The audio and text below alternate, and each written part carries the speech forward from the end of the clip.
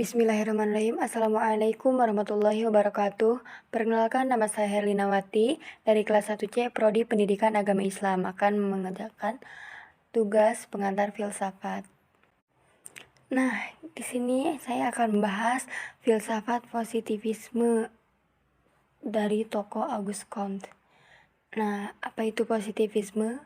Positivisme adalah aliran filsafat yang menyatakan bahwa pengetahuan yang benar hanya berasal dari ilmu alam dan tidak berkaitan dengan metafisika. Dalam bidang ilmu sosiologi, antropologi, dan bidang ilmu sosial lainnya, istilah positivisme sangat berkaitan erat dengan istilah naturalisme dan dirunut asalnya ke pemikiran Auguste Comte pada abad ke-19. Comte berpendapat positivisme adalah cara pandang dalam memahami dunia dengan berdasarkan sains. Menurut Comte, teori sains dapat disusun mulai dari tingkat yang sederhana dan universal, yang selanjutnya sampai kepada tahapan yang lebih kompleks dan terbatas. Susunan tingkatan ini dapat terus dikembangkan sehingga masing-masing sains yang baru akan tergantung pada tahap sebelumnya.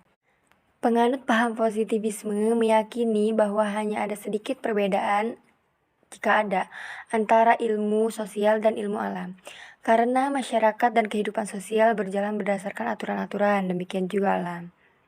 Positivisme secara etimologi berasal dari kata positif, yang dalam bahasa filsafat bermakna sebagai suatu peristiwa yang benar-benar terjadi, yang dapat dialami sebagai suatu realitas. Ini berarti, yang disebut sebagai positif bertentangan dengan sesuatu yang hanya ada di dalam angan-angan atau impian, atau terdiri dari sesuatu yang hanya merupakan konstruksi atas kreasi kemampuan untuk berpikir dari akal manusia.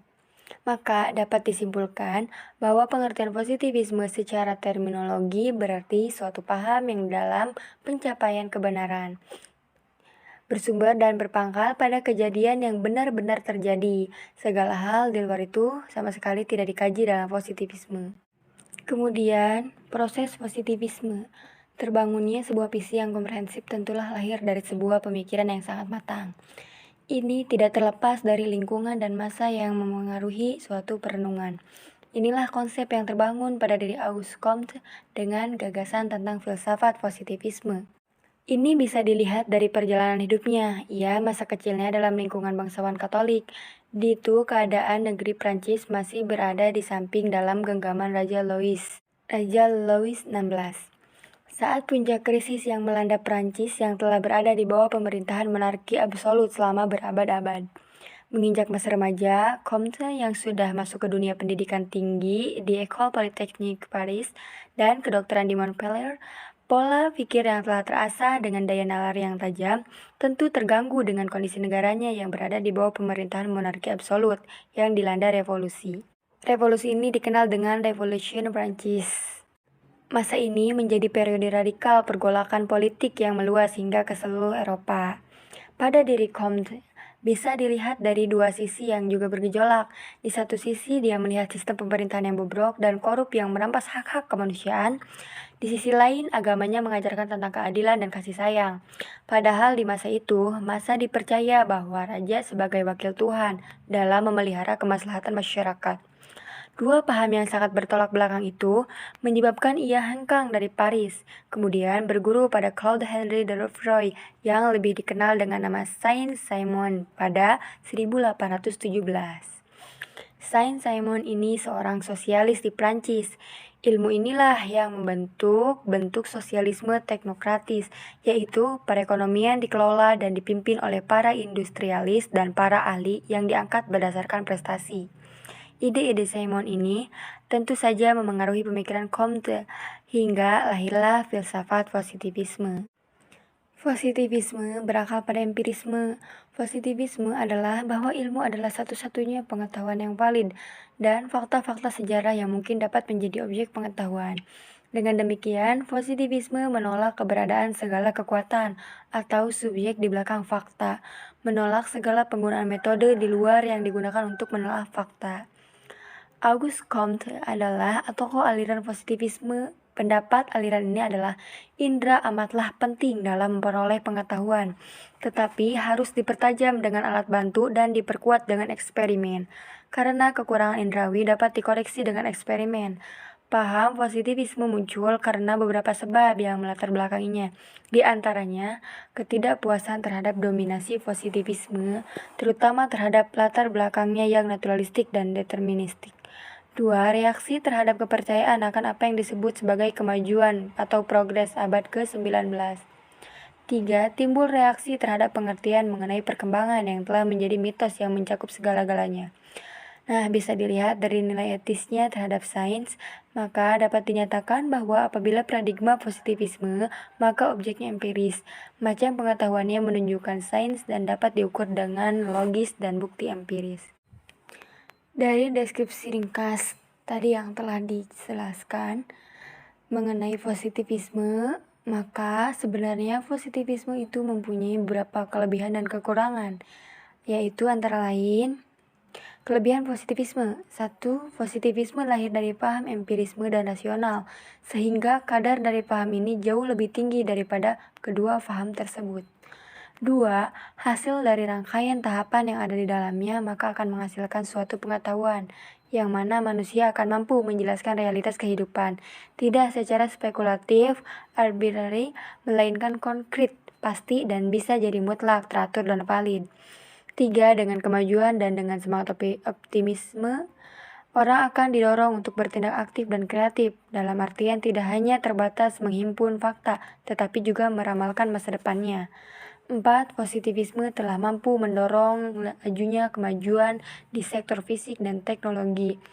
5. Positivisme sangat menekankan aspek rasional ilmiah, baik pada epistemologi ataupun keyakinan ontologi, yang dipergunakan sebagai dasar pemikirannya.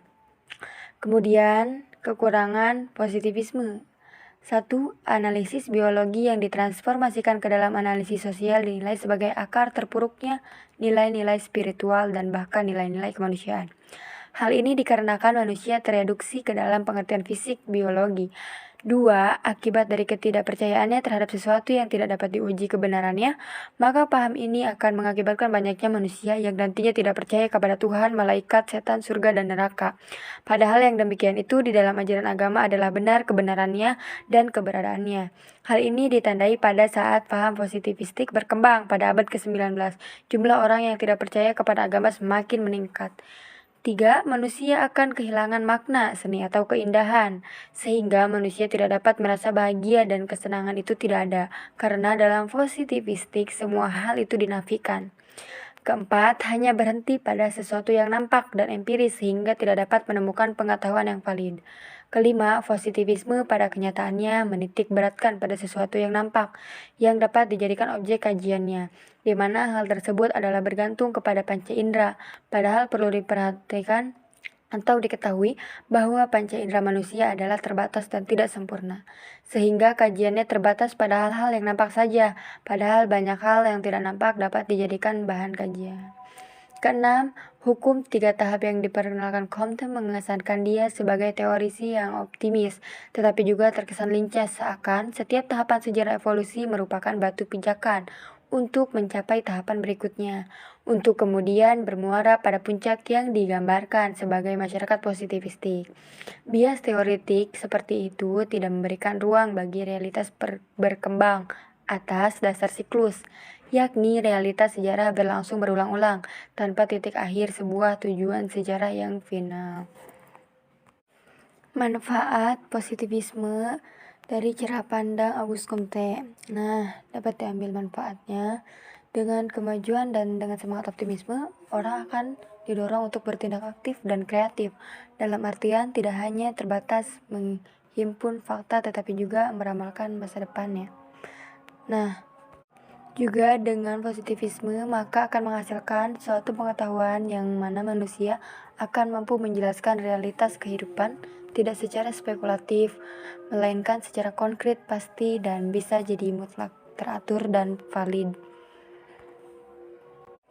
Kemudian, relevansi positivisme Auguste Comte dalam pendidikan, yaitu bahwa pendidikan berorientasi pada pengalaman yang tidak nyata dari setiap peserta didik. Kemudian pengalaman tersebut diarahkan oleh pendidik sesuai dengan struktur logistik teori-teori sains. Teori-teori sains tersebut tidak terlepas dari pandangan manusia tentang hal yang baik dan menjadi guna bagi masyarakatnya.